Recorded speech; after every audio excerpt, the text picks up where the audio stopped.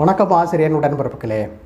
எதிரியை அழிக்க நினைத்தது ஏன் அப்படிங்கிற தலைப்பில் நிறைய தகவல்களை ஒரு சிறு சம்பவத்தோடு சொல்லியிருக்கிறேன்.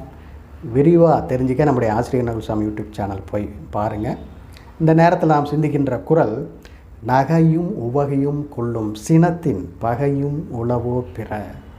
நகை, புன்னகை, நல்ல சிரித்த ஒரு முகம், மன மகிழ்ச்சி, உள்ளம் எப்போவுமே ஒரு பூரிப்போட மகிழ்வோடு இருப்பது. இதை கெடுக்கின்ற சினம், கோபம், அதை விட பெரிய எதிரி வேறு எதிரியுமே இருக்க முடியாது அப்படின்னு சொல்லி ஐயன் திருவள்ளுவர் ஒரு அருமையான அறிவுரையை சொல்கிறாரு.